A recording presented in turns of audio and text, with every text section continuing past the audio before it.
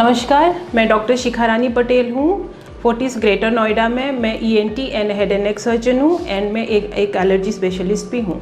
आज हम बात करेंगे एलर्जिक राइनाइटिस के बारे में। एलर्जिक राइनाइटिस एक हाइपर सेंसिटिविटी डिसऑर्डर है हमारे नाक के जो एयरवे पैसेज होता है उसका, जिसके कारण से पेशेंट को एक्सेसिव स्नीजिंग, इचिंग और नेज़ल ब्लॉकेज पाया जाता है। पेशेंट को कब एलर्जिक रिएक्शन ये हो सकता है, इसका एक सीजनल वेरिएशन होता है।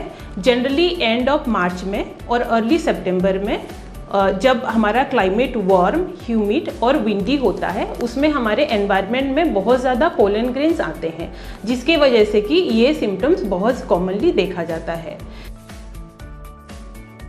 एलर्जिक राइनाइटिस कोई भी पेशेंट को हो सकता है, लेकिन जिनमें फैमिली हिस्ट्री हो, जैसे कि पेरेंट्स, अगर एक पेरेंट्स इन्वॉल्व हैं तो उनमें चांसेस होता है कि वो 20% अफेक्टेड हो। जिनमें बोथ पेरेंट्स इन्वॉल्व हैं उसमें हो सकता है कि 40% केसेस में वो देखा जाता है। एलर्जिक राइनाइटिस के बहुत सारे कॉमन फैक्टर्स होते हैं, कॉजेस होते हैं, जैसे कि पहले मैंने आपको बताया कि जेनेटिकली ससेप्टेबल इंडिविजुअल होते हैं।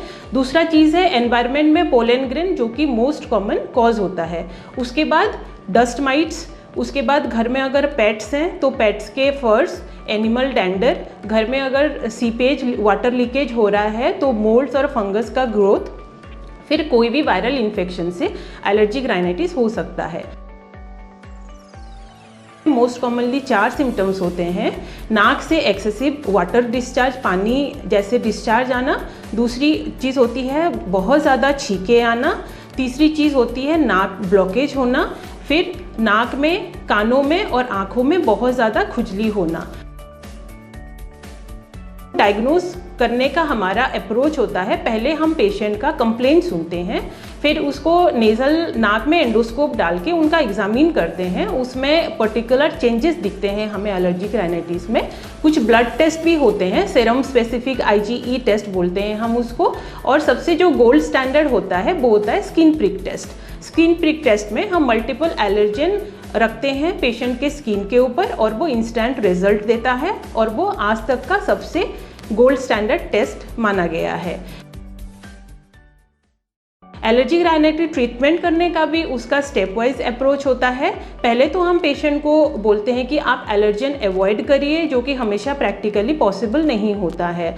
तो हम उनमें anti allergic medication, oral medication शुरू करते हैं, नेज़ल स्प्रे शुरू करते हैं और उसके बाद जो आज तक का सबसे ज़्यादा गोल्ड स्टैंडर्ड थेरेपी है वो है इम्यूनोथेरेपी। इम्यूनोथेरेपी क्या होता है कि उसमें बहुत सारे एलर्जन जिससे कि पेशेंट ससेप्टेबल है, उसका एक प्रिपरेशन है।